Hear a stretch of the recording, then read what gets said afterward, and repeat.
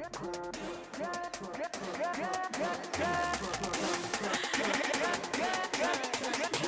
was just laughing backstage because my greatest regret is that I don't have lyrics to the walkout song that I can sing to.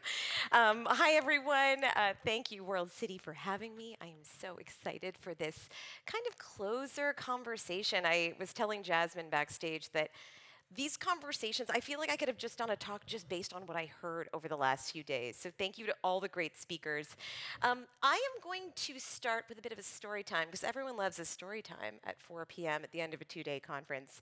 But I'm going to share a little piece from my book and bring you into sort of where the origin of this Messy Cities conversation began. So my day typically begins with a thud on my back door at around 7 a.m. That is the sound of my 91-year-old neighbor, Irene, whipping the Toronto Star from her porch to mine as she's already finished reading it, cover to cover. As I get ready, I make sure to leave a lemon outside my door for my attached neighbor, Elizabeth, who texted me earlier to ask if I had one to spare.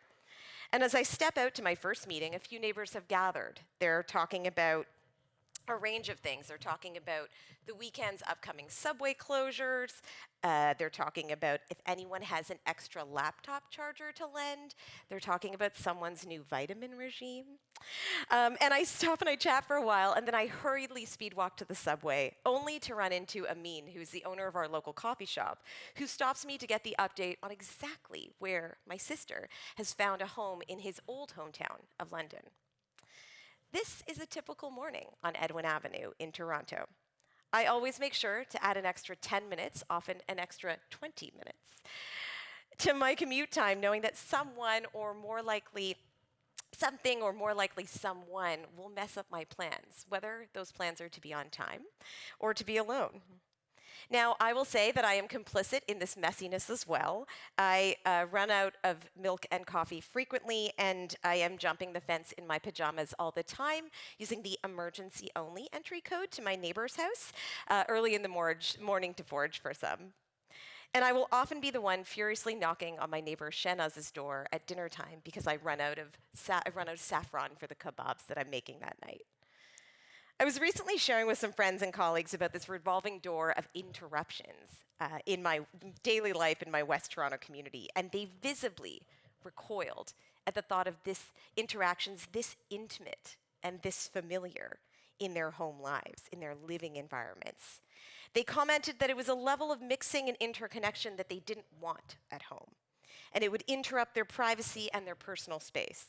And I will say at the time, their reaction accosted me. It surprised me, because this is why I love living in the city so much. But I get it.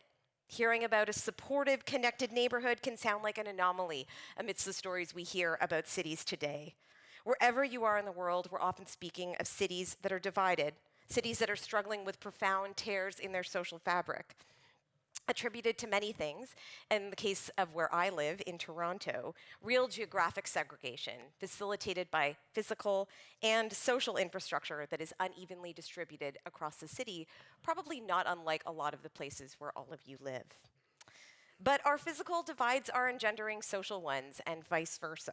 And the space that it has created between us has real implications. A 2021 Pew Research survey said that 61% of Canadians think that the country is more divided than it was before the pandemic.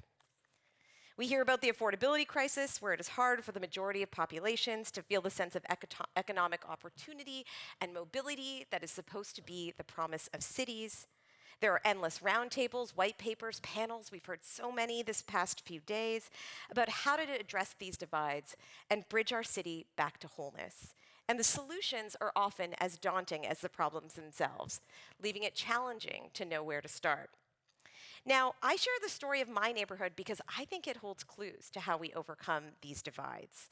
And the story I shared at the start of this talk is called Interruptions, and it's in my recent book, Messy Cities. And I will say I've noticed that it elicits two very different reactions.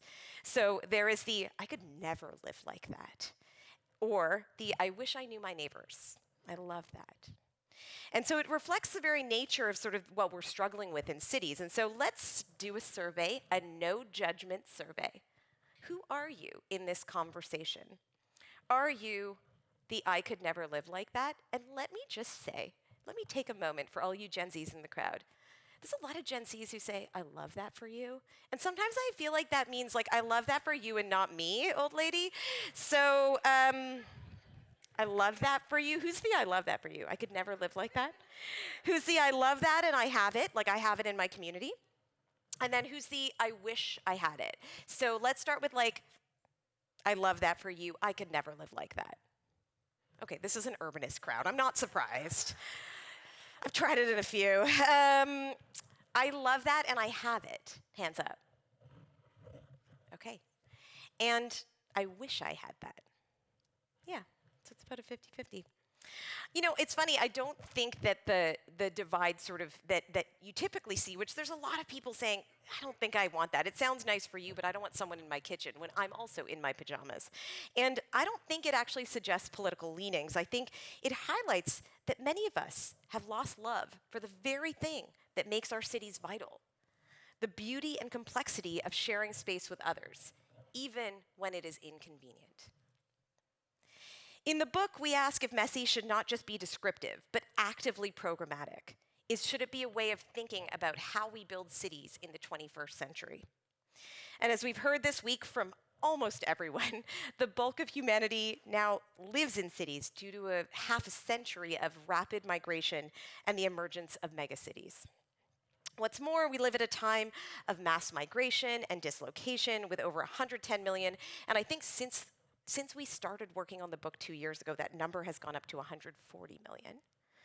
People who are displaced from their homes due to war, famine, environmental disaster, and political persecution. These global trends have put enormous pressure on urban regions. I'm sure you all feel it where you are. And we're investing billions of dollars into infrastructure and attracting unprecedented amounts of private capital into cities. And so in defining messiness, it should be clear that we are not conflating chaos with complexity.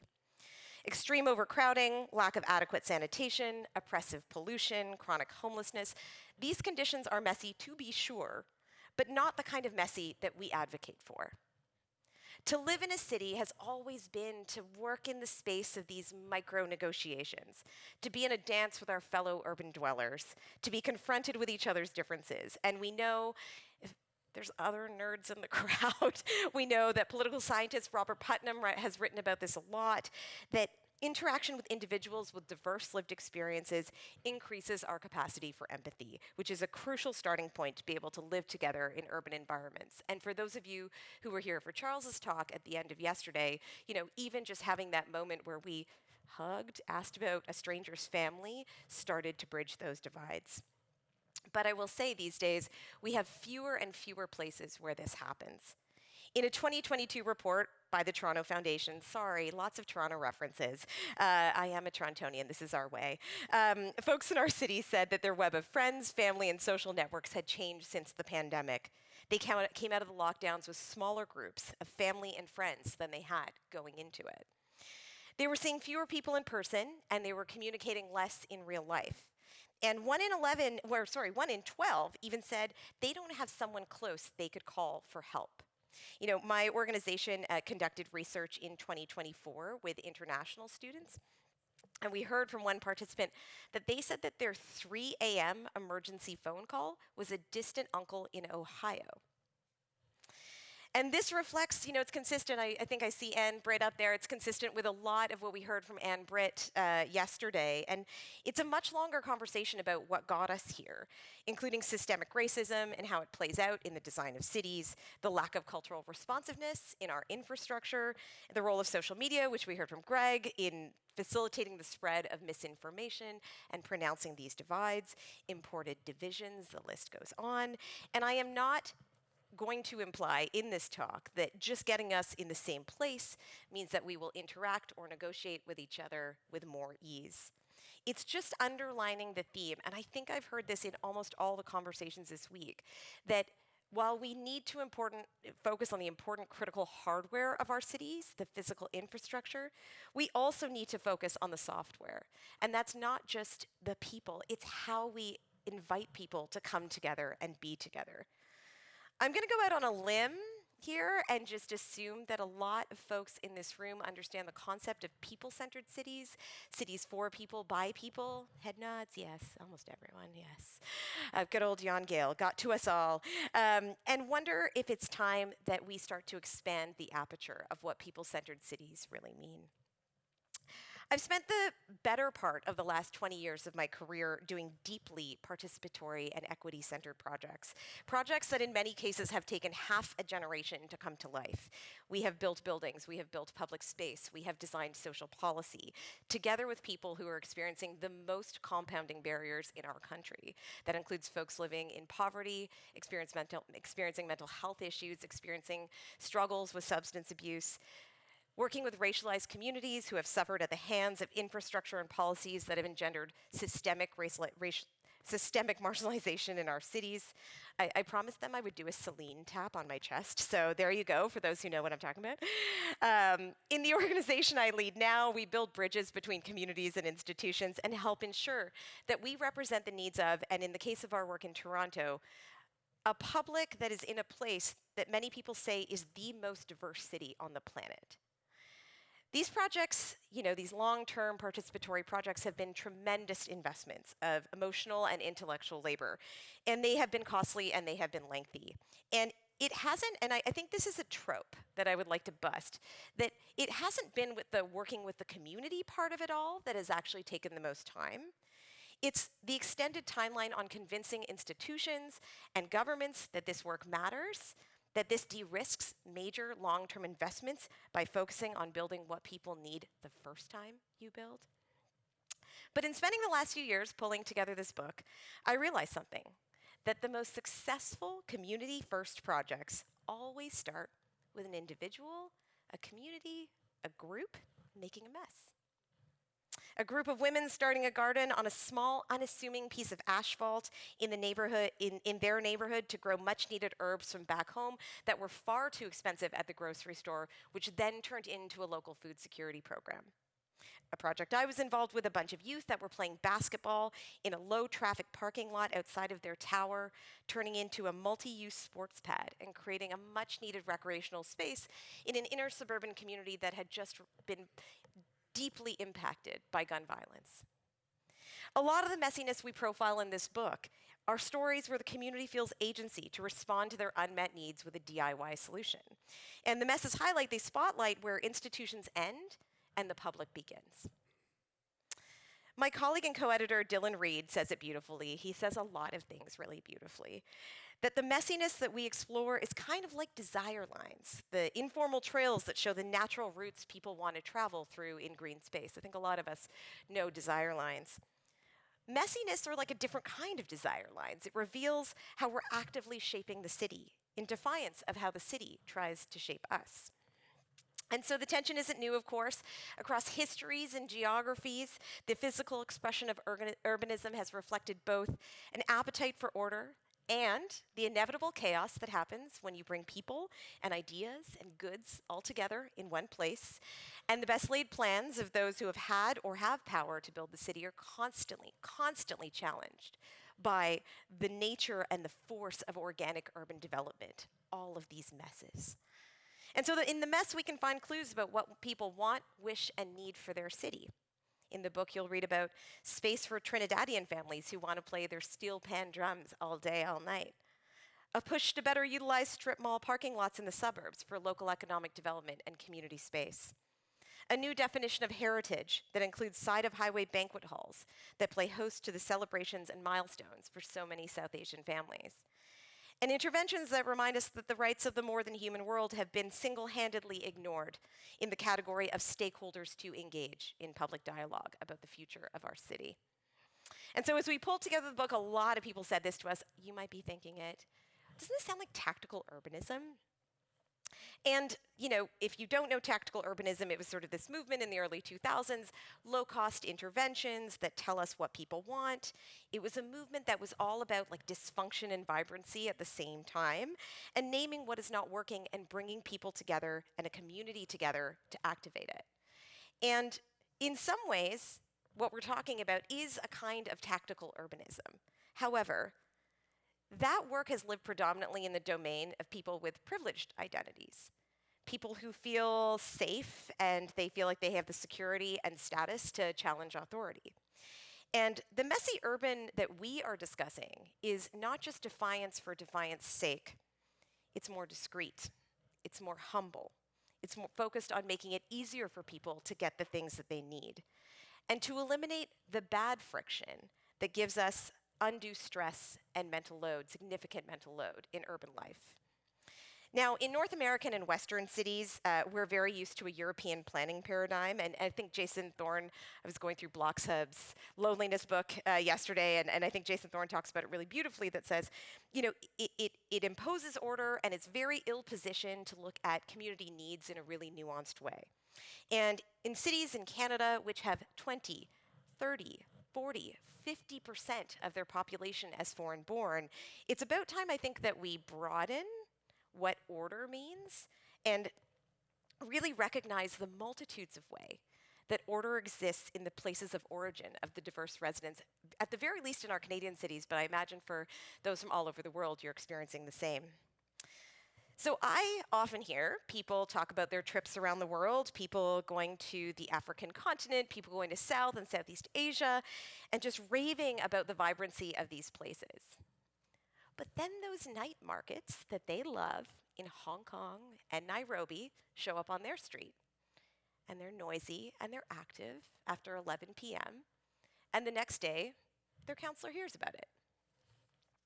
Messy cities forces us to confront the realities that we can no longer build cities that house the global majority in the paradigm of European countries that house the global minority. They force us to confront the wedge issue in so many cities in Canada, and particularly, my heart is with you folks in the US right now, which is this fallacy about who makes our city a mess, falsely painting newcomers as the problem, when in fact, many of their contributions are what makes our city so vibrant. I will say a story that didn't make it into the book that is like one of our favorite stories about vibrancy in the city is in Toronto, and I'm sure in lots of other cities, there's like this uncle network that like gets activated in spring, and they go to the food terminal and they buy all the Alfonso mangoes. Does everyone know what an Alfonso mango is? If you don't, please come talk to me after. It is the best mango. There's some of us who like literally turn to dust if we don't have an Alfonso by April. And these mangoes have become really expensive in mainstream grocery stores. So the uncles go do the rounds, they hit the food terminal, then they go to Northeast Toronto, they open up the van and everyone comes and buys mangoes. This is lore, but everyone comes. It's not just people who grew up eating Alfonsos, it's everyone. And these are the kinds of ways in which people, yes, it's like vibrant and beautiful, but it's also a signal of something else that's happening. Embracing and being curious about the mess keeps our orientation to change really well practiced and really like fine-tuned. And it helps us look with empathy at the things that can feel like friction. And in that friction, find ways and clues about how to make our cities safe, accessible, and inviting to a very broad and diverse population. So I will say, I feel the need to share why I'm saying this at the end of the conference when we've heard so many big ideas. And I think that for too long, people-centered cities have been the nice to have versus the have to have. And we heard this, and I was having a great conversation with Nadia earlier about just how they're the first thing to get knocked off the pro forma when the going gets tough. And I think many would argue that the going's a little tough right now. And so in the last 10 years, some would say, and I've certainly seen this over the course of my career, that we've gained ground in the cities for people story, in the practice. It used to be the niche of socially focused urbanists. I remember, when I graduated from my undergrad at McGill more than 20 years ago, and I remember coming back to Vancouver and it was it was still something that was new to the space and new to urbanism here. But now I often hear it from mainstream practitioners. I hear it across the industry. I hear it across urban development. But I think that the compounding trends that we're seeing, that we've heard about over the last couple days, really threaten the gained ground that we have built and the momentum. We could risk losing the movement we've built by virtue that there is a seemingly less engaged public, a rise in austerity, and Charles talked about this yesterday, historically low trust in institutions, historically low levels of civic engagement. and increasing polarization that is playing out at the municipal level. This week, we've discussed big and broad issues. We have discussed how we live. We have discussed, even philosophically, and building on some of the conversations that the fellows had when we were in Copenhagen, we've discussed what's a good life. A life where we don't feel lonely, a life where we feel more connected, a life where we can age in place and be healthy.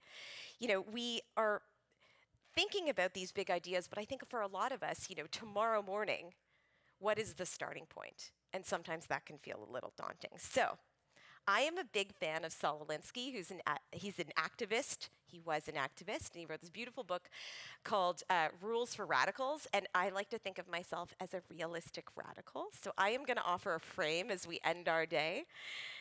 I think we need parallel processes. The evergreen challenge is in ensuring that we invest in infrastructure that can evolve with us and be as resilient as our climate as our world continues to change. I think I'm working on that. I know so many of you folks are working on that. These are the big moves. These are the big things that will sustain us over generations. But we also need things that we can do in the next 6 months, things that we enjoy.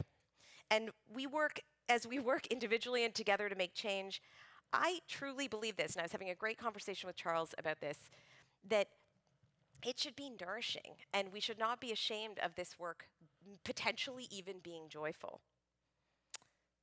I just wrote, messiness can be fun, so I'll say that. Organizers and author Adrienne Maree Brown, if those of you don't know her, she's incredible, and she wrote a book called Pleasure Activism, and she talked about how pleasure is resistance, and feeling good is not frivolous, it is freedom. Saul Alinsky often talks about in his book how movements that have created sustained social change are rooted in tactics that people actually enjoy doing. So this is an invitation, not just to think about what we do, but how we get there, and how we can feel joy in the process. In this book, I will leave you with this. In the book, I write about the first parade I hosted. Yes, parade. I now lead parades. And it was a response to rising tensions in my community about the future of an active transportation corridor, a linear path that kind of goes along a rail line that passes through our neighborhood. And there needed to be a lot of public discussion about all these rising tensions. But I also needed to get my community in the room when they wouldn't be yelling at each other and talking over each other. And there were so many groups in the neighborhood with slightly different takes on what our requests to the governing bodies should be.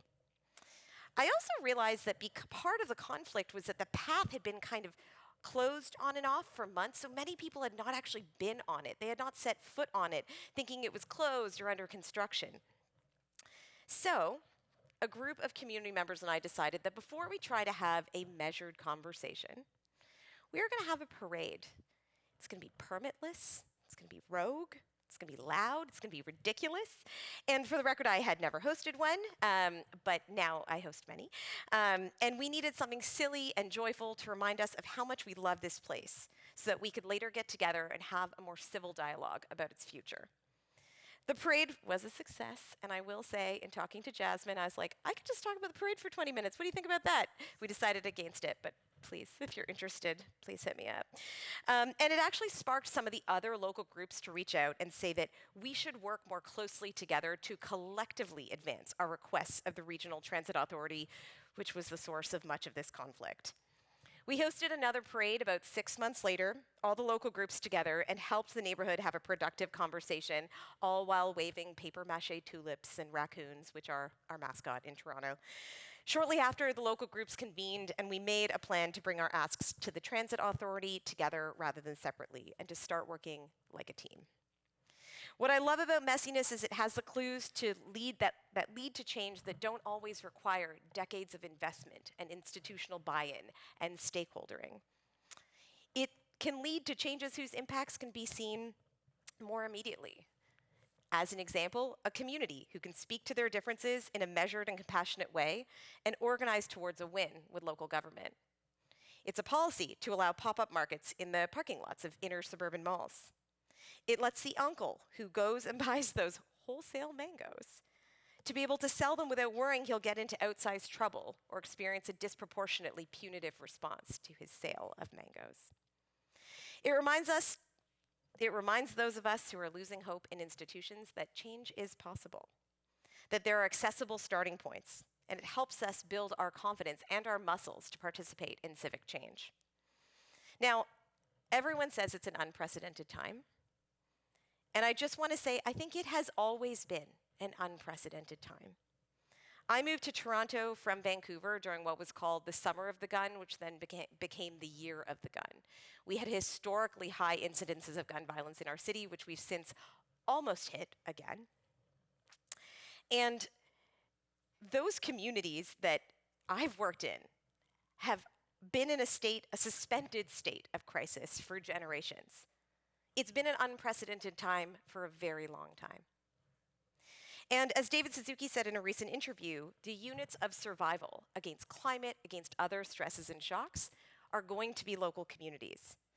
And this is why I tell you the story of the paper in the backyard, and the interruptions on my street, and herb gardens, and sports pads, because all of these things seem small. But in the amalgam, they're doing something bigger. They're nurturing our units of survival. So like many people have said this week, that no approach is a panacea. I am not suggesting that making a mess is going to solve all of our problems, but in these times where we feel like we are losing our grip on the institution's capacity to respond with the scale and the speed, as Suzuki says, that we need, I think this approach can give us some hope. And I will say that as we close this conference and as I pass it back to the amazing organizers, I'll just say that I believe that if we want to earn the right to be in this space, to build future cities and world cities, I think we have to start building the confidence that that work starts at our front door. Thank you.